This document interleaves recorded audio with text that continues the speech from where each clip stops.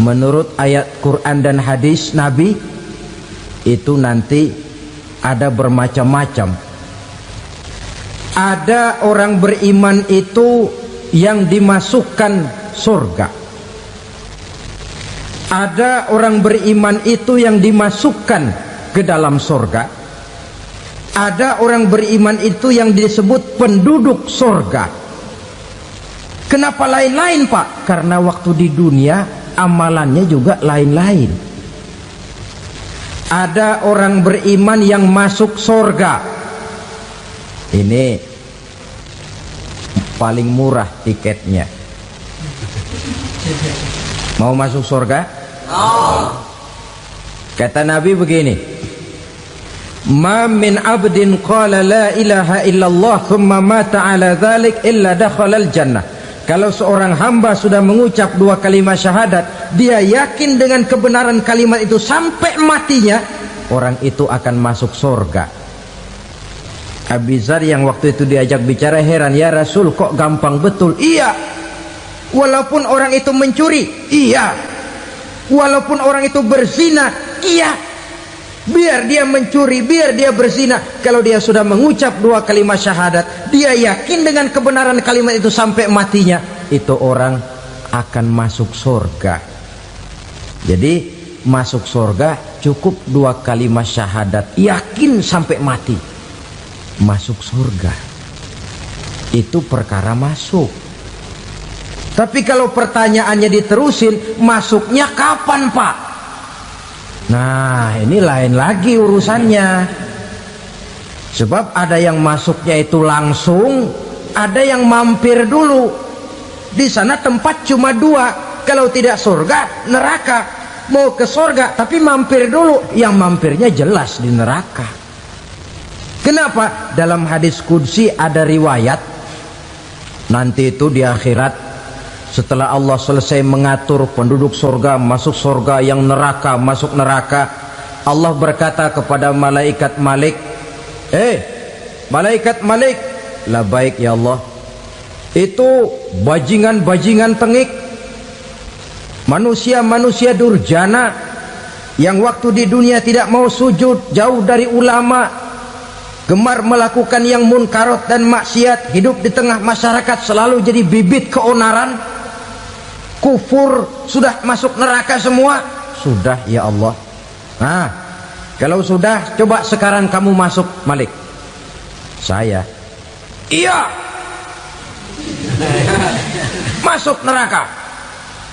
Mau apa ya Allah? Kata Allah, akhriju minan nar man kana fi qalbihi misqala habbatin min khardalin min iman. Kau masuk neraka, cari di dalam neraka orang-orang yang ada imannya walaupun kecil sebesar biji zarah, angkat mereka keluar. Masuk malaikat Malik ke neraka, cari orang yang ada imannya, korek-korek. Ya repot, udah pada gosong. Yang ada imannya diangkat ke atas, yang ada imannya diangkat ke atas, lalu dimandikan di Nahrul Hayat, namanya sungai kehidupan di akhirat nanti. Cakep lagi rupanya, bersih lagi wajahnya, apel di hadapan Allah.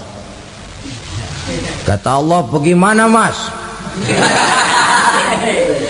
Kapok nggak sampean? Kapok ya Allah. Nah, kalau kapok, idhab fadkhulil jannah, pergi masuk surga sana. Berangkat mereka ke surga, ketemu sama teman-temannya yang udah sampai lebih dulu, yang nggak pakai mampir lagi. Terjadi dialog. Kata teman-temannya yang udah pada nyampe duluan, mas, iya, emang baru sampai? Saya baru sampai. Memang mampir di mana dulu mas? Kita sudah lama sampai di surga. Saudara buka surah Al-Muddatsir ayat 34-35. Ma salakakum fis saqar? Kenapa kamu mampir di neraka Saqar? Qalu lam naku minal musallin. Mereka menjawab, kami mampir di neraka Saqar mas, gara-gara dulunya kami waktu di dunia tidak pernah sholat. Tidak pernah sholat? Tidak pernah. Kan rumahnya dekat masjid, cuma dekat doang mas. Sholat mah enggak saya.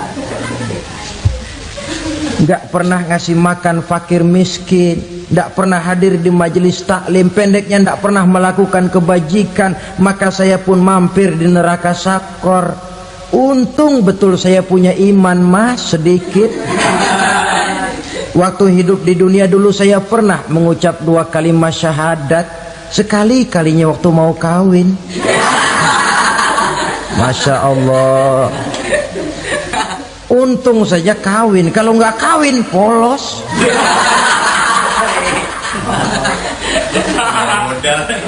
Itu juga pengulu sudah setengah mati ngajarin. Asyhadu alla, asyaduaan, asyaduaan.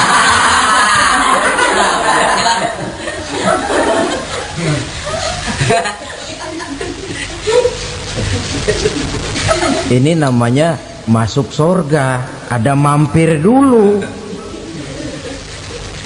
Ada pula orang mukmin itu yang dimasukkan surga. Namanya dimasukkan kan terima beres. Saya masuk ke rumah, jalan sendiri, cari tempat sendiri. Saya dimasukkan ke dalam rumah, terima beres, pokok ada di dalam, itu dimasukkan namanya. Nggak pakai mampir. Tapi tentu tiketnya lebih mahal ketimbang yang pertama tadi. Apa kata Allah? Innal ladzina amanu wa amilus salihat la ukaffiranna anhum sayyi'atihim wa la udkhilannahum jannah. Sesungguhnya orang-orang yang beriman kemudian beramal soleh, kami hapuskan segala dosa dan kesalahannya, kami masukkan mereka ke dalam surga. Lihat ayatnya, Allah yang memasukkan, kita yang dimasukkan. Tidak pakai transit, tidak usah mampir. Cuma tidak cukup syahadat, tidak cukup amanu, tapi diiringi dengan wa'amilus salih. Iman, amal. Tidak cukup syahadat, lalu dibuktikan dia sholat, dia zakat, puasa, lalu dia melakukan berbagai macam kebajikan. Ini yang menyebabkan dia tidak pakai mampir di tempat yang bernama sakor. Lalu ada pula orang mukmin itu yang disebut penduduk sorga. Wah, ini sudah VIP ini. Ashabul jannah, penduduk sorga. Siapa mereka? Kata Allah, innal ladzina amanu summa istaqamu fala khaufun alaihim wala hum yahzanun ulaika ashabul jannah hum fiha khalidun. Sesungguhnya orang-orang yang beriman lalu istiqamah, tetap dalam melaksanakan perintah Allah, tidak goyah, tidak labil tapi stabil, istiqamah, mereka tidak takut dan tidak bersedih hati. Merekalah penduduk surga. Iman, istiqamah. Tidak punya duit, sembayang. Banyak duit, sembayang. Miskin, sembayang. Kaya, tetap sembayang. Istiqamah. Kadang orang kalau susah rajin ke masjid, banyak duitnya ngelihat masjid melengos. Waktu miskin hamba Allah, setelah kaya jadi hamba harta. Bergeser, tidak ada nilai istiqomahnya. Saudara-saudara, dengan begitu penduduk neraka itu dua. Ada penduduk permanen, ada penduduk yang semi permanen. Yang semi permanen orang-orang beriman yang mempunyai dosa besar. Mereka masuk ke neraka untuk menerima azab sesuai dengan dosanya. Bila selesai masa azab itu, mereka akan diangkat untuk ditempatkan kembali ke dalam surganya Allah Subhanahu wa ta'ala. Nah, dikala itulah saudara-saudara, ada yang disebut syafaat dari Rasulullah Sallallahu Alaihi Wasallam. Tapi tentu jangan lupa, syafaat ini ibarat kain menambal dia. Kita punya kain bolong-bolong sedikit, syafaat yang menambal. Sholat kita ada kurang dikit, sedekah kita ada campur riak dikit, amalan kita ada tidak karena Allah dikit, kita berharap syafaat. Jadi biarlah kain masih bolong-bolong, yang penting punya kain. Tapi kalau kainnya tidak ada, yang ditambal apanya? Sholat tidak, puasa tidak, zakat tidak, berharap syafaat saja. Ya, terlalu berlebihan itu. Saudara hadirin yang saya hormati, apabila selesai proses penghisaban, proses penghitungan, maka dikala itulah manusia terbagi dalam dua kelompok besar. Fariqun fil jannah wa fariqun fis sa'ir.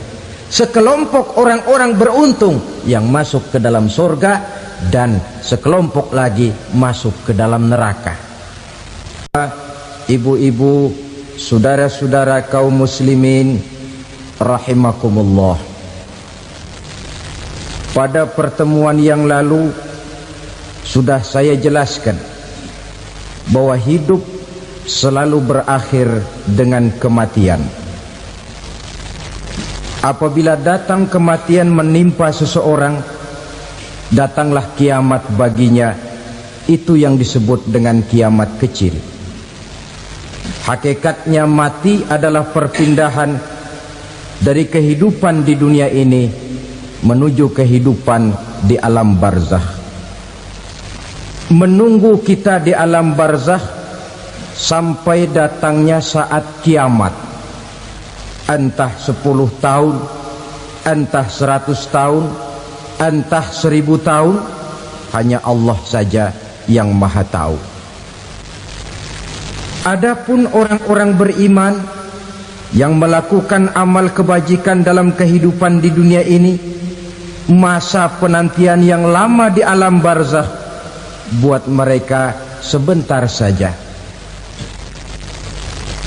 Tetapi bagi orang-orang kafir yang ingkar, yang tidak beriman kepada Allah, yang hidup di dunia cuma menumpuk-numpuk dosa, tentu penantian di alam barzakh akan merupakan waktu yang sangat lama. Bukankah dalam kehidupan kita waktu itu memang relatif? Contoh misalnya, bagi pemuda-pemudi yang sedang duduk asyik memadu cinta, waktu 4-5 jam saja rasanya cuma 4-5 menit, tenggelam oleh keasikan. Tapi buat orang yang berbaring di rumah sakit, meratap di balik-balik apa itu tembok derita kata lagu, di balik dinding-dinding penjara, sehari bagai seminggu, seminggu rasa sebulan, sebulan boleh jadi rasa setahun. Penantian yang sangat lama. Kapan kiamat itu akan datang? Ini rahasia Allah. Jangankan kita yang orang awam, baginda Nabi sendiri tidak diberitahu oleh Allah kapan kiamat itu akan terjadi. Tetapi sungguh pun demikian, banyak hadis-hadis yang menjelaskan ciri atau tanda-tanda datangnya kiamat. Nah, kalau sudah bicara soal tanda kiamat itu ada dua. Pertama yang disebut alamatus sughra, tanda-tanda kecil. Ini waktunya masih ada tenggang. Ada yang dinamakan alamatul kubra, tanda-tanda besar. Artinya kiamat sudah diambang pintu. Apa tanda-tanda kecil dari datangnya hari kiamat itu? Misalnya kata Nabi, apabila ilmu sudah diangkat oleh Allah, artinya apabila ulama sudah banyak wafat, minat orang belajar agama berkurang, lalu kebodohan nampak merajalela di mana-mana, zina dikerjakan secara terbuka, minuman-minuman keras jadi kebanggaan, itu termasuk di antara tanda-tanda kecil terjadinya hari kiamat. Apalagi misalnya iza waladatil ammatu rabbataha, apabila budak sudah melahirkan tuan. Apa maksudnya? Ada yang mentafsirkan apabila anak sudah bisa membudaki orang tuanya, orang tua yang melahirkan dia, yang membesarkan dia, demi setelah si anak besar jadi orang berpangkat, bertitel, berharta, berkedudukan, jadilah orang tua itu budaknya. Sehingga sering dibilang kalau orang tua kaya, anak jadi raja, tapi kalau anak yang kaya, orang tua sering jadi budak. Apalagi munculnya fitnah yang bergelombang, timbul perang antara dua bangsa yang besar, waktu berjalan terasa sangat pendek sekali. Itu merupakan tanda di antara tanda-tanda kiamat. Termasuk di dalamnya sulit membedakan mana laki, mana perempuan. Kan kalau tanda-tanda kayak begini sekarang sudah banyak kita lihat kan. Ulama banyak wafat, penggantinya sulit. Zina dikerjakan berterang-terangan, minuman keras jadi kebanggaan, banyak anak membudaki orang tuanya, sulit membedakan mana laki mana perempuan. Kadang-kadang dari belakang kita lihat perempuan bener, begitu kita colek nengok jenggotan.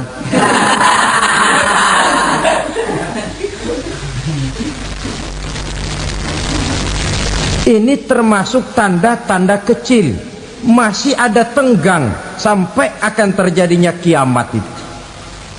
Nah, yang dimaksud dengan tanda-tanda besar, ini tanda besar artinya kiamat sudah di ambang pintu. Pertama, matahari terbit dari sebelah barat. Apabila matahari sudah terbit dari arah sebelah barat, tertutuplah sudah pintu taubat. Bersabda Nabi kita, la taqumus sa'atu hatta tatlu'a syamsu min maghribiha. Tidak akan datang hari kiamat sampai matahari terbit dari arah sebelah barat.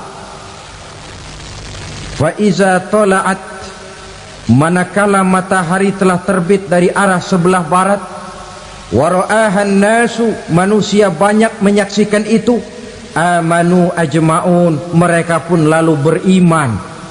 Yang tadinya kafir, yang tadinya ingkar, yang tadinya membangkang, setelah melihat matahari terbit dari sebelah barat, buru-buru beriman, berlomba-lomba mengucap dua kalimat syahadat. Tapi apa yang terjadi? Kata Nabi, wadzalika hina la yanfa'u nafsan imanuha lam takun amanat min qabl. Hari itu adalah hari yang iman sudah tidak berguna lagi bagi seseorang apabila sebelumnya memang dia tidak pernah beriman. Au kasabat fi imaniha khaira, atau beriman tetapi tidak pernah melakukan kebajikan di dalam keimanannya itu. Hari yang sudah kasib, hari yang sudah terlambat, beriman tidak akan ada gunanya lagi. Ini pelajaran buat kita. Sebelum sang surya terbit dari sebelah barat, sebelum nafas sampai di tenggorokan, artinya pintu taubat masih terbuka. Kalau dua hal itu sudah terwujud, nafas sudah sampai di kerongkongan atau matahari sudah terbit dari arah sebelah barat, tertutuplah sudah pintu taubat. Tak ada lagi gunanya pangkat, jabatan, harta, bahkan beriman pun dalam suasana macam itu too late, kata orang Kulon. Sudah terlambat. Matahari terbit dari arah sebelah barat, itu tanda besar, artinya kiamat sudah di ambang pintu. Lalu apalagi tanda besar?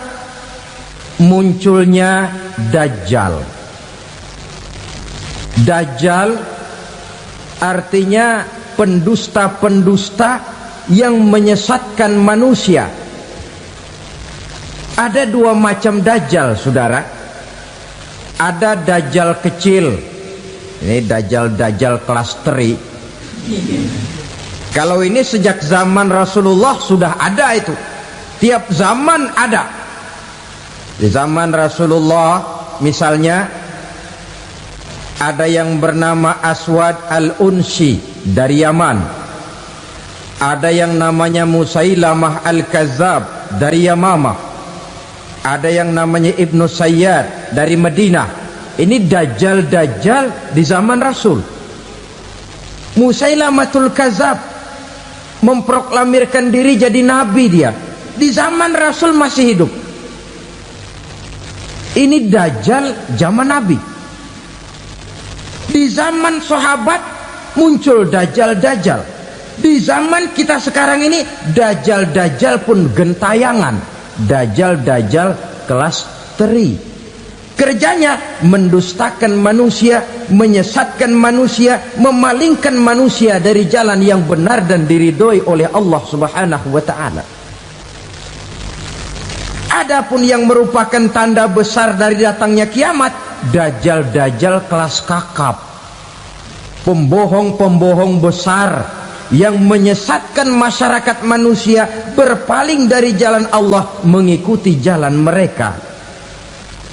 Apa sih ciri dajjal itu? Kata Nabi dalam hadis Bukhari Muslim, inna dajjala, sesungguhnya yang namanya dajjal itu yakhruju, satu saat akan muncul mendekati hari kiamat. Wa inna ma'ahu ma'an, si dajjal ini membawa air. Wa naran, dan juga membawa api. Dua simbol. Di tangan yang satu dia bawa air, di tangan yang satu dia bawa api. Wa ammal ladzi yarahu an-nasu ma'an fanarun. Adapun yang orang banyak lihat air, hakikatnya adalah api. Yang dilihat api, hakikatnya adalah air. Oleh sebab itu, kalau api yang ditawarkan, ambillah air. Kalau air yang ditawarkan, pilihlah api. Maksudnya apa ini? Ini bahasa simbol, saudara-saudara. Dajjal bicaranya seolah-olah untuk kepentingan manusia, menawarkan surga. Surga yang dia tawarkan hakikatnya neraka. Hai manusia, kalau kau mau bahagia, jangan dekat-dekat dengan agama. Solat itu tidak efektif dan efisien, tidak produktif dari segi ekonomi itu. Menghadiri majelis taklim cuma buang-buang waktu. Tahajud, tasbih, tahlil, baca Quran, apa itu? Pekerjaan mubazir saja. Hidup ini cuma sekali, masa yang cuma sekali, manfaatkan dengan sebaik-baiknya. Mumpung, dibawanya sifat mumpung tetapi dalam pengertian yang sangat negatif. Bicaranya seolah-olah untuk kepentingan manusia, tetapi sebenarnya menjerumuskan manusia. Menawarkan air tapi sebenarnya api, menawarkan api tapi hakikatnya air. Buat apa kamu sholat? Buat apa kamu bayar zakat? Buat apa kamu puasa? Surga yang dicanangkan dajjal hakikatnya neraka. Neraka yang digambarkan dajjal pada dasarnya adalah surga. Jadi memutarbalikan fakta itu kerjaan dajjal. Yang hak jadi batil, yang batil dibilang hak, yang benar jadi salah, yang salah malah jadi benar. Tuntunan disuruh jadi tontonan, tontonan malah menjadi tuntunan. Itu pekerjaan dajjal profesinya. Zamannya Nabi Adam, dajjalnya kan iblis. Betul? Betul. Apa sih gang kerayuan iblis itu? Allah setelah menciptakan Nabi Adam kan bilang, Adam, kau dan istrimu Hawa tinggal di surga ini. Seluruh fasilitas yang ada di surga persilahkan kau nikmati. Satu yang tidak boleh, jangan coba-coba dekati pohon khuldi. Dekat saja jangan, apalagi sampai memetiknya. Datang dajjal yang namanya iblis ini.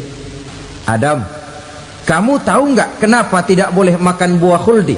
Ya nggak tahu, pokoknya saya dilarang. Bodoh kamu Dam. Khuldun artinya kekal. Kalau kamu makan itu buah, kau akan kekal di surga buat selamanya. Allah tidak kepengen, maka dilarang kamu makan buah khuldi. Kalau kau ingin kekal di surga Adam, makan saja. Saya bicara begini ini untuk kepentingan kamu Adam. Ini kan ciri-ciri Dajjal. Bicaranya sih seolah-olah untuk kepentingan Nabi Adam, hakikat sebenarnya menjerumuskan Nabi Adam supaya ingkar dan melanggar larangan dari Allah Subhanahu wa ta'ala. Jadi setelah muncul Dajjal, timbul kekacauan-kekacauan di masyarakat. Banyak yang terpengaruh, terpedaya dan terpesona, termasuk mereka yang memproklamirkan diri jadi nabi, mereka yang memproklamirkan diri jadi rasul di zaman sesudah Rasulullah wafat. Itu adalah Dajjal.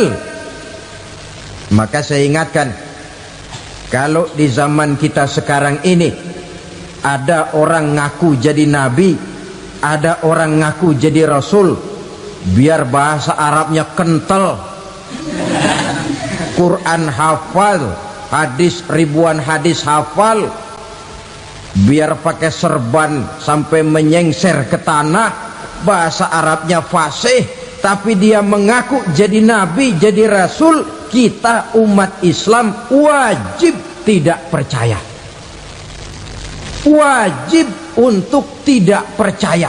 Itulah Dajjal zaman kita sekarang ini. Tidak mustahil mereka datang mempengaruhi orang awam supaya berpaling dari Rasulullah, mengikuti mereka. Nah, di akhir zaman nanti, mendekati hari kiamat, Dajjal ini muncul. Dajjal kelas kakap, menyesatkan masyarakat manusia untuk berpaling dari Islam, mengikuti seruan mereka. Apalagi di antara datangnya kiamat itu, tanda yang besar itu, turunnya Nabiullah Isa Al-Masih, putra Maryam. Menurut berbagai hadis yang sahih, Nabi Isa Al-Masih nanti akan turun lagi, tidak membawa risalah yang baru, tapi meluruskan risalah Islam ini yang telah banyak ditinggalkan oleh masyarakat. Bahkan ada hadis menjelaskan beliau akan membunuh Nabi, mematahkan kayu-kayu salib, lalu melaksanakan haji dan umrah mengikuti syariat Nabi Muhammad, bukan membawa agama baru. Menjadi semacam mujaddid, reformer, menyelamatkan manusia dari bisikan Dajjal. Bahkan ada riwayat yang menjelaskan bahwa Nabi Isa berhasil mengalahkan Dajjal, mengembalikan masyarakat manusia kembali kepada ajaran Islam yang datang dari Allah, dibawa oleh Rasulullah Sallallahu Alaihi Wasallam.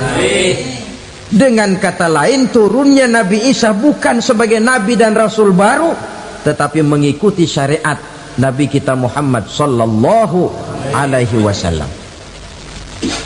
Saudara hadirin, ibu-ibu hadirat yang saya hormati, kemudian apalagi di antara tanda-tanda besar akan datangnya kiamat itu? Keluarnya asap atau awan. Kata Nabi, inna min asrati sa'ah dukhanan yamla'u ma bainal masyriqi wal maghrib. Di antara tanda-tanda kiamat, munculnya awan antara langit dan bumi. Ini pun diperkuat dalam surah Ad-Dukhan ayat 10. Fartaqib yauma ta'tis sama bidukhanin mubin fayughshan nas hadza azabun alim. Bagi orang-orang yang beriman, mereka biasa-biasa saja, tapi bagi orang kufur, datangnya asap dan awan ini merupakan azab yang kelewat pedih. Barangkali sedikit mendekati gambaran tentang azab yang pedih ini, saya ingatkan alam pikiran kita kepada peristiwa yang belum lama terjadi. Pernah dengar berita bocornya reaktor nuklir di Chernobyl, Uni Soviet? Pernah dengar? Nah, bocornya reaktor nuklir di Chernobyl yang mengakibatkan ratusan, bahkan sangat mungkin ribuan nyawa. Cuma satu reaktor. Bagaimana kalau seluruh cadangan nuklir yang dimiliki oleh para negara adikuasa ini diledakkan? Bahkan yang konon menurut catatan cadangan nuklir yang dimiliki bersama oleh Amerika dan Rusia sekarang ini sudah sanggup memusnahkan 6 miliar manusia, 1,5 kali lebih banyak dari jumlah manusia yang nongkrong di permukaan bumi ini. Saudara-saudara hadirin yang saya hormati,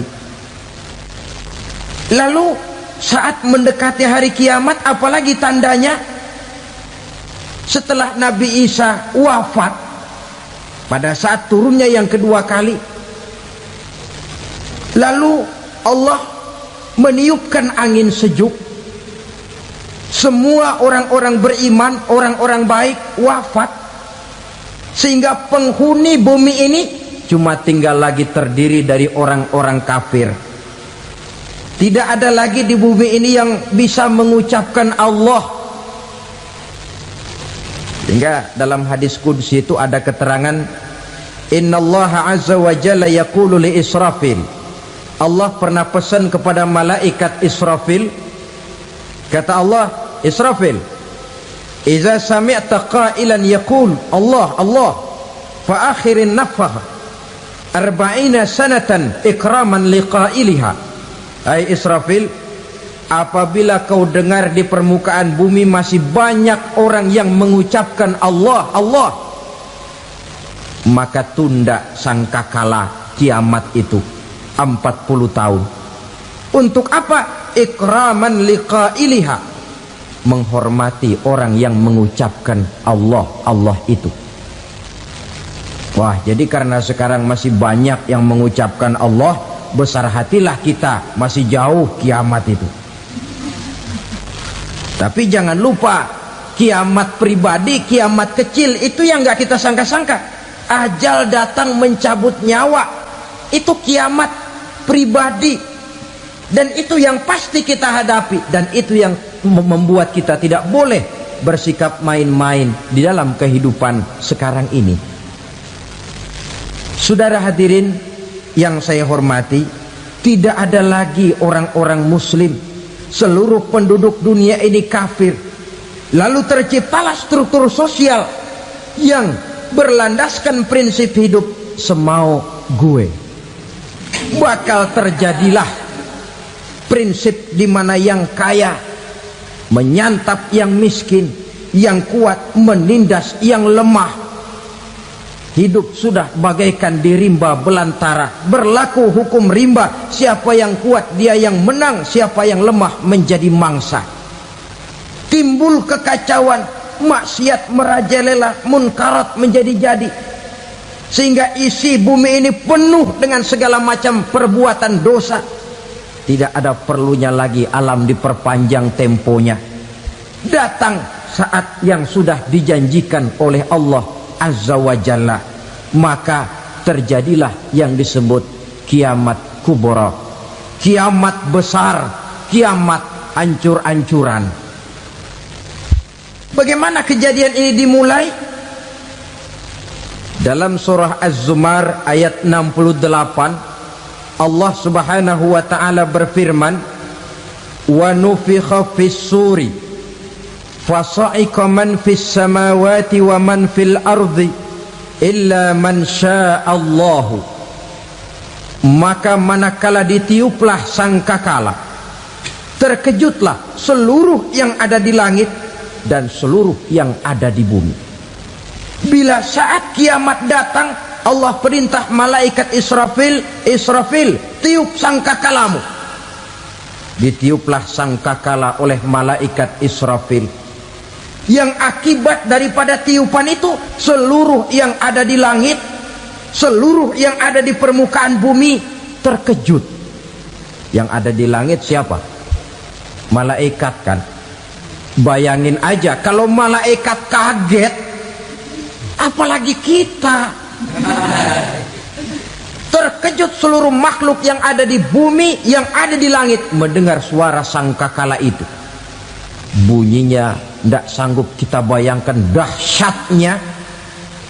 Ledakan nuklir, ledakan neutron, belum apa-apa ketimbang bunyi sangkakala malaikat Israfil ini.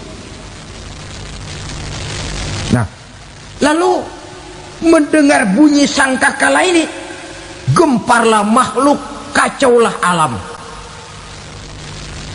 Bumi gempa, planet-planet bertabrakan, gunung meletus, air laut tumpah ke darat, angin topan bertiup, halilintar menyambar.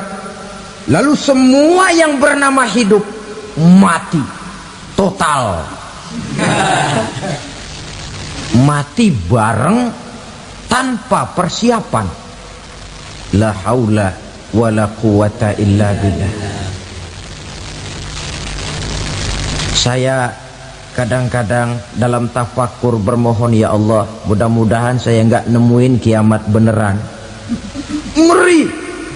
Tidak bisa kita bayangkan macam apa suasana seperti itu. Allah saja banyak memberikan gambaran, misalnya Al-Qari'ah, wa mal qari'ah, wa ma adraka mal qari'ah. Kejadian yang menggemparkan. Tahukah kamu apa kejadian yang menggemparkan itu?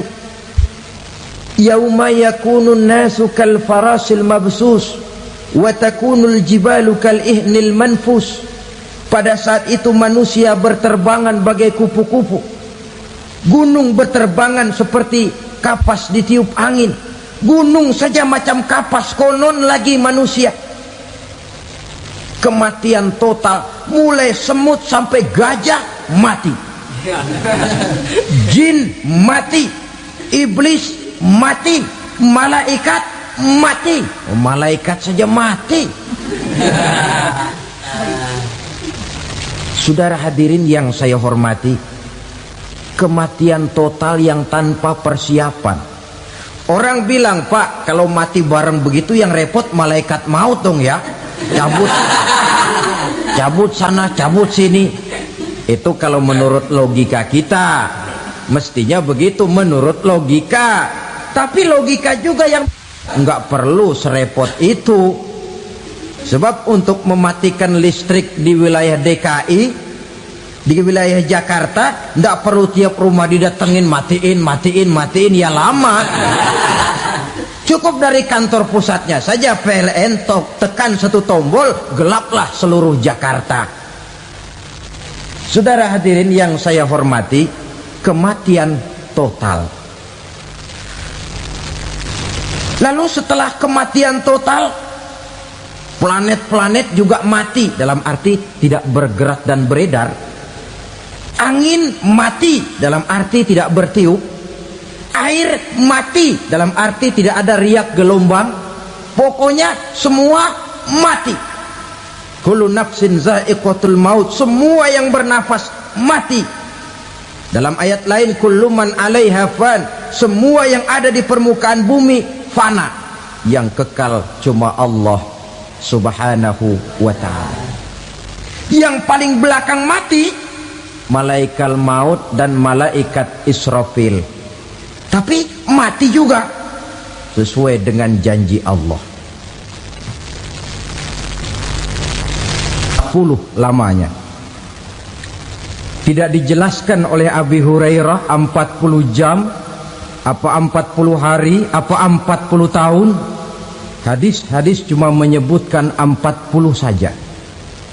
Sunyi alam, yang tinggal cuma Allah saja lagi. Ketika itu Allah berseru-seru, katanya, limanil mulkul yauma, siapa para penguasa hari ini? Mana itu raja-raja dan penguasa yang dulu mengaku jadi Tuhan? Fir'aun, mana Fir'aun sekarang? Yang dulu jadi raja, merasa berhasil, sombong, lalu tidak mau turun-turun dari kekuasaannya, sampai kepada puncak kekurang ajarannya mengangkat diri jadi Tuhan. Mana itu Fir'aun? Namrus, mana sekarang Namrus? La ilaha illa ana, ternyata tidak ada Tuhan lain selain daripada aku, kata Allah. Proses kemudian, saudara-saudara, turunlah hujan dari langit. 40 lamanya hujan itu. Tidak jelas juga 40 jam apa 40 hari.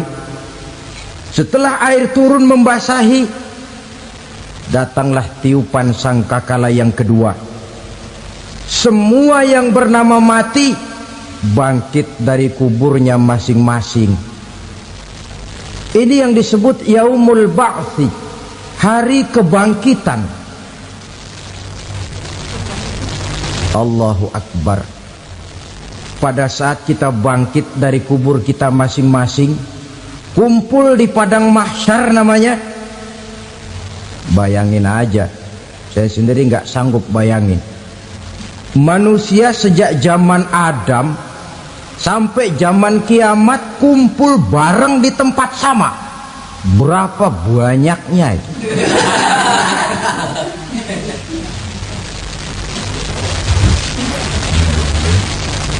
Dan yang luar biasa menurut satu riwayat, pada saat bangkit itu, Masya Allah, roman muka kita berubah, disesuaikan dengan amalan kita waktu di dunia ini. Barang siapa yang waktu di dunia amalannya itu amalan tikus, di akhirat nanti dia bangkit dari kubur, mukanya seperti muka tikus. Gagah betul badannya, tapi mukanya seperti tikus.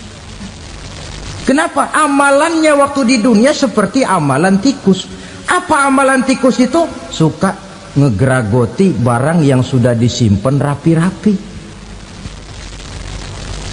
Orang sudah simpan uang rapi-rapi, simpan perhiasan rapi-rapi, digeragoti oleh tikus.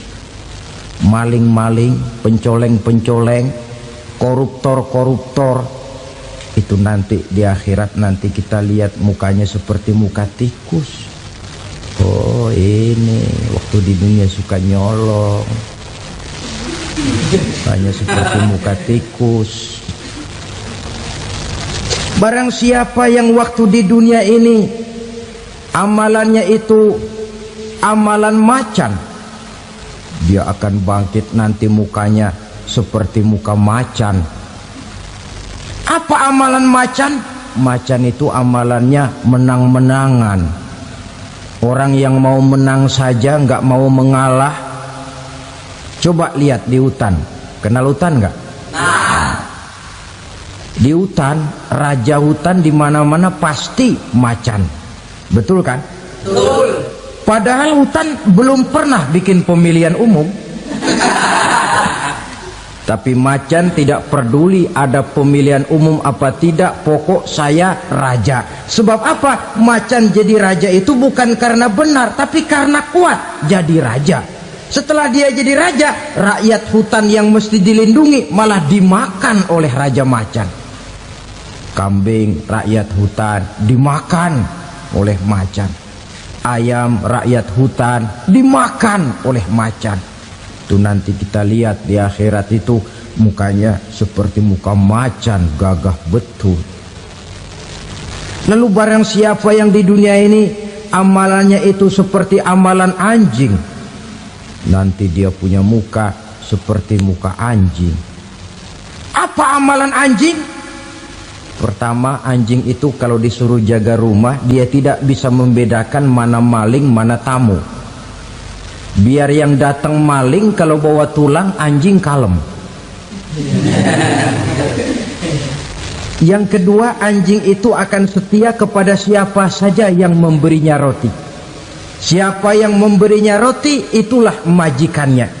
Apa kata majikannya, pasti dia laksanakan. Soal benar atau salah dia tidak peduli. Setelah anjing dapat roti, dia tidak punya pilihan lain kecuali bilang, abdi mah kumaha juragan wae ayeuna mah.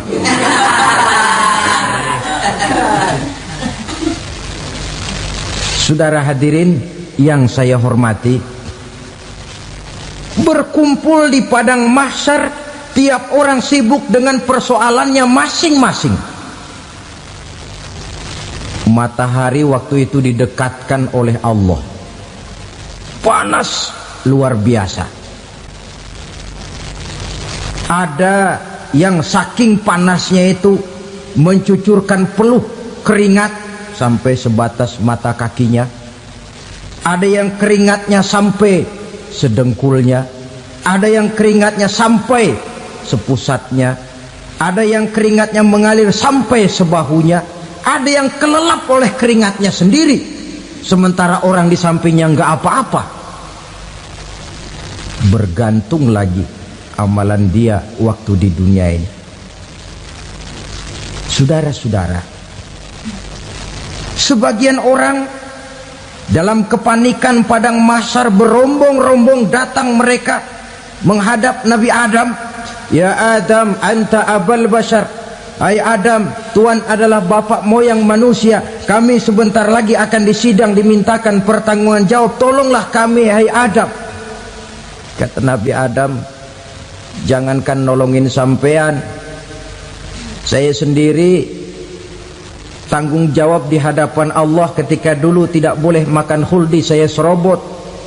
Sudahlah, urus diri masing-masing saja, nafsi. Begitu kata Nabi Nuh, begitu kata Nabi Ibrahim. Tiap orang bertanggung jawab sendiri-sendiri. Ketika itulah saudara-saudara, nikmatnya menjadi umat Nabi besar Muhammad sallallahu alaihi wasallam. Sebab apa? Walaupun menurut abjad kita ini umat paling belakang, paling belakang kita ini toh, karena Nabi Muhammad adalah Nabi akhir, tapi akan dihisap lebih dulu, lewat di atas sirat lebih dulu, masuk surga lebih dahulu ketimbang umat-umat belakangan.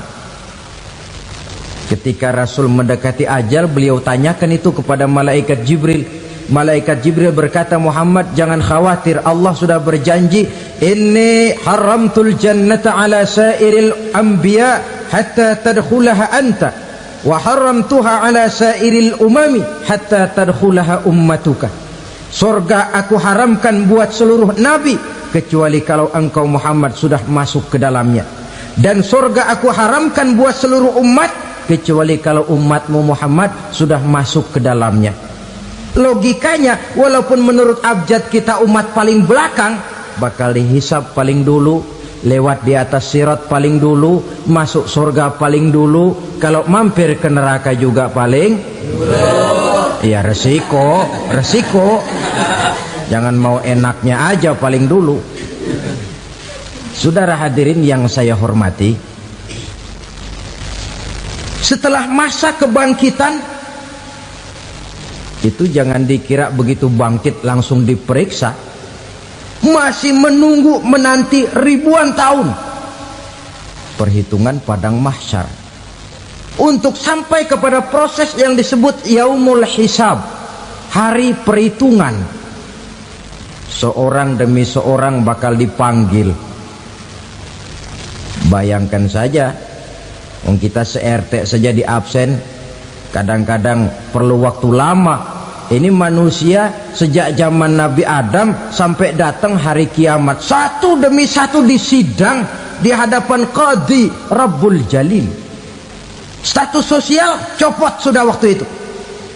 Yang pernah jadi hartawan di situ tidak lagi kelihatan kehartawanannya. Yang pernah jadi jenderal tidak lagi dipanggil jenderalnya. Yang ustadz tidak lagi dipanggil al-mukarramnya. Seluruh status sosial selesai.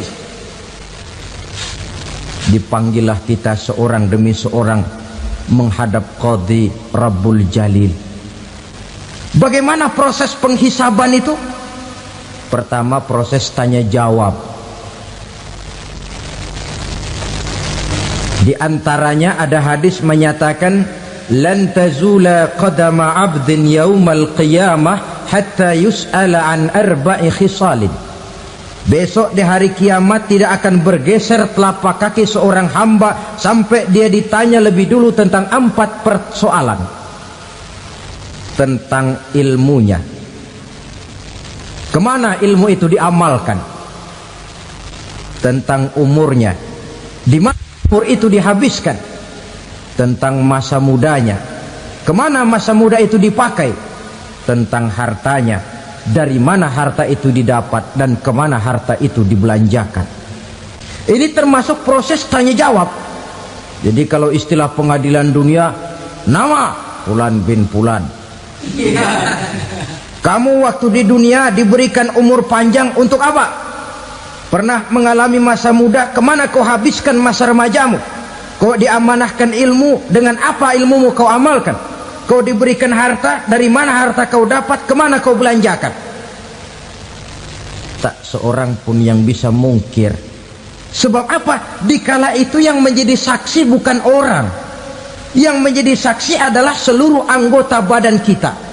Tangan bicara, kaki jadi saksi terhadap seluruh amalan yang pernah kita kerjakan pada saat kehidupan di alam dunia ini. Selesai proses tanya jawab, lalu diperlihatkan buku catatan kita waktu hidup di dunia ini. Jangan lupa Allah itu menyiapkan 2 superkomputer kepada kita. Sebelah ditempelin sebelah kanan, yang sebelah tempelin di sebelah kiri. Komputer itu namanya Raqib dan Atid, 2 malaikat yang apabila baik kita lakukan, refleks saja akan menulis kebajikan kita.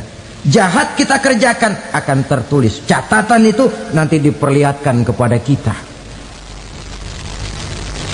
Waduh, alangkah malunya pada saat diperlihatkan catatan kita, buku rapot kita merah melulu. Barangkali diperiksa sambil diomelin, brengsek lo. Buku merah melulu begini, bagaimana waktu hidup di dunia? Tidak cukup diperlihatkan buku catatan kehidupan, rekaman kehidupan. Rekaman kehidupan kita secara utuh sejak terlahir sampai ajal datang merenggut nyawa. Barangkali mirip dengan video sekarang ini, di mana terekam dengan baik seluruh kegiatan kita, sejak yang sekecil-kecilnya sampai kepada yang sebesar-besarnya.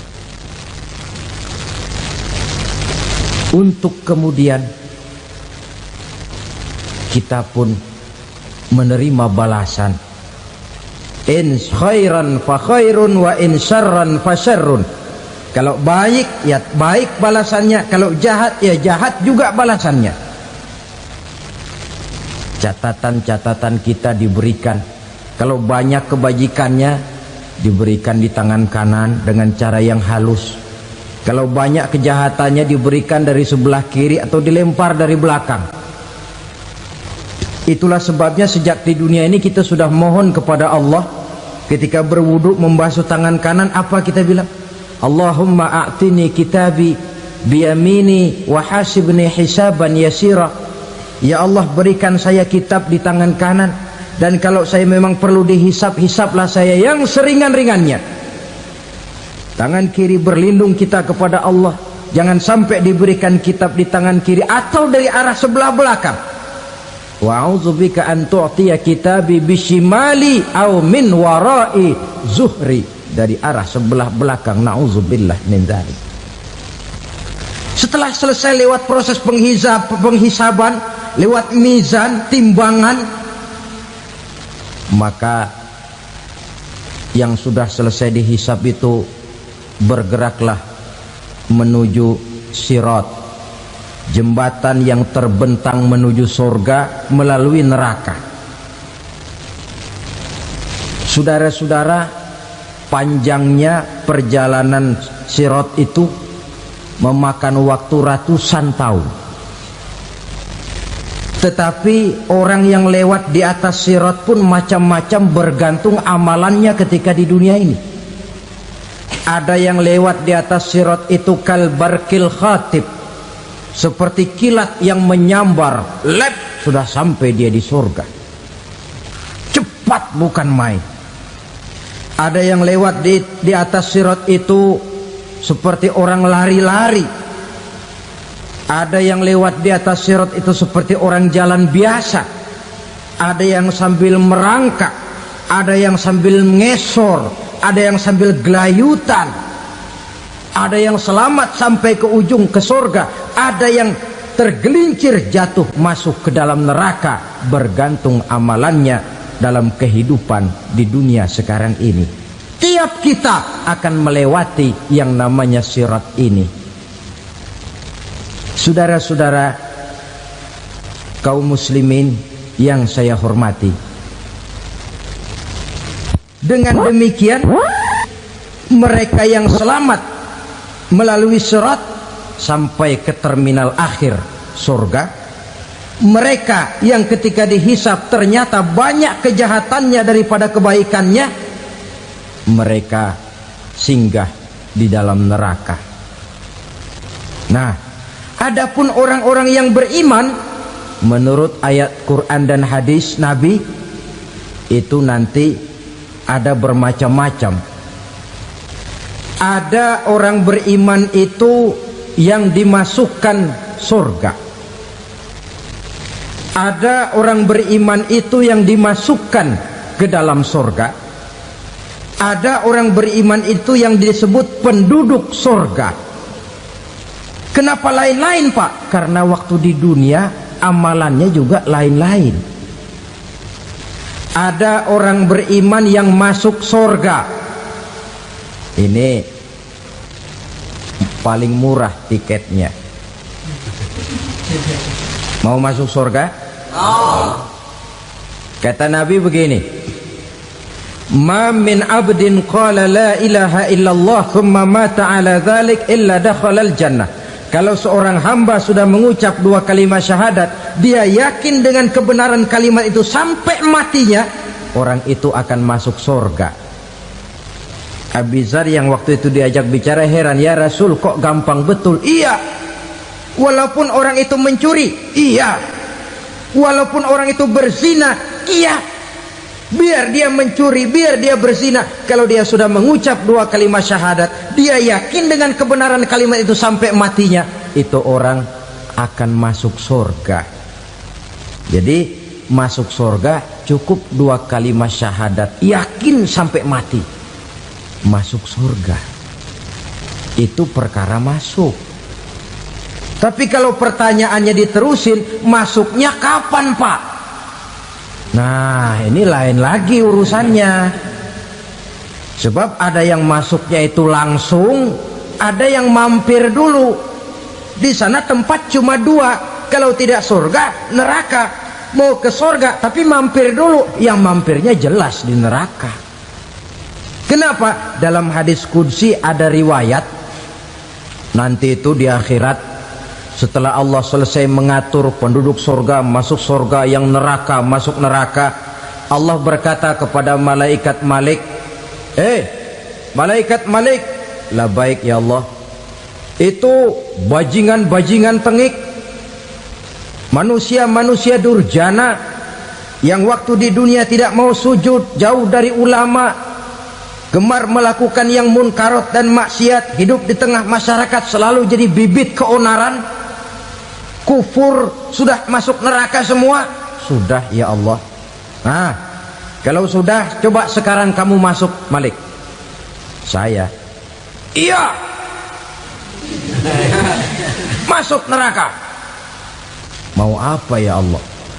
Kata Allah, akhriju minan nar man kana fi qalbihi misqala habatin min khardalin min iman. Kau masuk neraka, cari di dalam neraka orang-orang yang ada imannya walaupun kecil sebesar biji zarah, angkat mereka keluar. Masuk malaikat Malik ke neraka, cari orang yang ada imannya, korek-korek. Ya repot, udah pada gosong. Yang ada imannya diangkat ke atas, yang ada imannya diangkat ke atas, lalu dimandikan di Nahrul Hayat, namanya sungai kehidupan di akhirat nanti. Cakep lagi rupanya, bersih lagi wajahnya, apel di hadapan Allah. Kata Allah, bagaimana mas? Kapok nggak sampean? Kapok ya Allah. Nah, kalau kapok, idhab fadkhulil jannah, pergi masuk surga sana. Berangkat mereka ke surga. ketemu sama teman-temannya yang udah sampai lebih dulu, yang nggak pakai mampir lagi.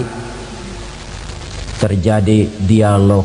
Kata teman-temannya yang udah pada nyampe duluan, "Mas, iya, emang baru sampai?" Saya baru sampai." "Memang mampir di mana dulu, Mas? Kita sudah lama sampai di surga." Saudara buka surah Al-Muddatsir ayat 34-35. "Ma salakakum fis saqar?" Kenapa kamu mampir di neraka Saqar? Qalu lam naku minal musallin.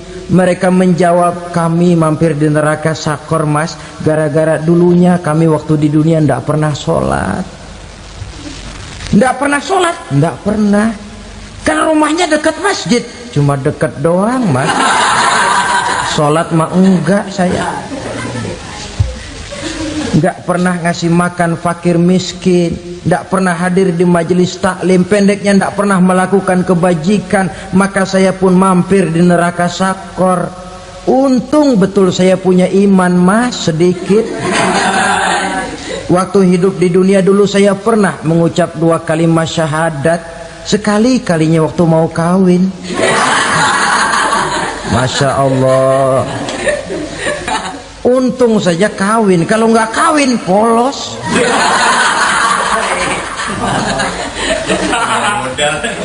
Itu juga pengulu sudah setengah mati ngajarin.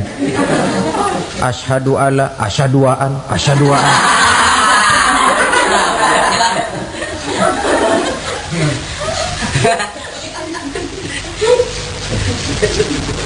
Ini namanya masuk surga, ada mampir dulu. Ada pula orang mukmin itu yang dimasukkan surga. Namanya dimasukkan kan terima beres. Saya masuk ke rumah, jalan sendiri, cari tempat sendiri. Saya dimasukkan ke dalam rumah, terima beres, pokok ada di dalam, itu dimasukkan namanya. Nggak pakai mampir. Tapi tentu tiketnya lebih mahal ketimbang yang pertama tadi. Apa kata Allah? Innal ladzina amanu wa amilus salihat la ukaffiranna anhum sayyi'atihim wa la udkhilannahum jannah. Sesungguhnya orang-orang yang beriman kemudian beramal soleh, kami hapuskan segala dosa dan kesalahannya, kami masukkan mereka ke dalam surga. Lihat ayatnya, Allah yang memasukkan, kita yang dimasukkan. Tidak pakai transit, tidak usah mampir. Cuma tidak cukup syahadat, tidak cukup amanu, tapi diiringi dengan wa'amilus salih. Iman, amal. Tidak cukup syahadat, lalu dibuktikan dia sholat, dia zakat, puasa, lalu dia melakukan berbagai macam kebajikan. Ini yang menyebabkan dia tidak pakai mampir di tempat yang bernama Saqar. Lalu ada pula orang mukmin itu yang disebut penduduk surga. Wah, ini sudah VIP ini. Ashabul jannah, penduduk surga. Siapa mereka? Kata Allah, innal ladzina amanu summa istaqamu fala khaufun alaihim wala hum yahzanun ulaika ashabul jannah hum fiha khalidun. Sesungguhnya orang-orang yang beriman lalu istiqamah, tetap dalam melaksanakan perintah Allah, tidak goyang, tidak labil tapi stabil, istiqamah, mereka tidak takut dan tidak bersedih hati. Merekalah penduduk surga. Iman, istiqamah. Tidak punya duit, sembayang. Banyak duit, sembayang. Miskin, sembayang. Kaya, tetap sembayang. Istiqamah. Kadang orang kalau susah rajin ke masjid, banyak duitnya ngelihat masjid melengos. Waktu miskin hamba Allah, setelah kaya jadi hamba harta. Bergeser, tidak ada nilai istiqomahnya. Saudara-saudara, dengan begitu penduduk neraka itu dua. Ada penduduk permanen, ada penduduk yang semi permanen. Yang semi permanen orang-orang beriman yang mempunyai dosa besar. Mereka masuk ke neraka untuk menerima azab sesuai dengan dosanya. Bila selesai masa azab itu, mereka akan diangkat untuk ditempatkan kembali ke dalam surganya Allah subhanahu wa ta'ala. Nah, dikala itulah saudara-saudara, ada yang disebut syafaat dari Rasulullah sallallahu alaihi wasallam. Tapi tentu jangan lupa, syafaat ini ibarat kain menambal dia.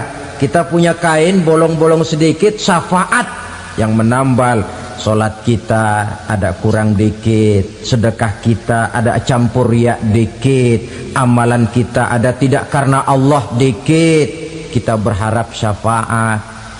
Jadi biarlah kain masih bolong-bolong, yang penting punya kain. Tapi kalau kainnya tidak ada, yang ditambal apanya? Solat tidak, puasa tidak, zakat tidak, berharap syafaat saja. Ya, terlalu berlebihan itu. Saudara hadirin yang saya hormati, apabila selesai proses penghisaban, proses penghitungan, maka dikala itulah manusia terbagi dalam dua kelompok besar. Fariqun fil jannah wa fariqun fis sa'ir. Sekelompok orang-orang beruntung yang masuk ke dalam surga, dan sekelompok lagi masuk ke dalam neraka.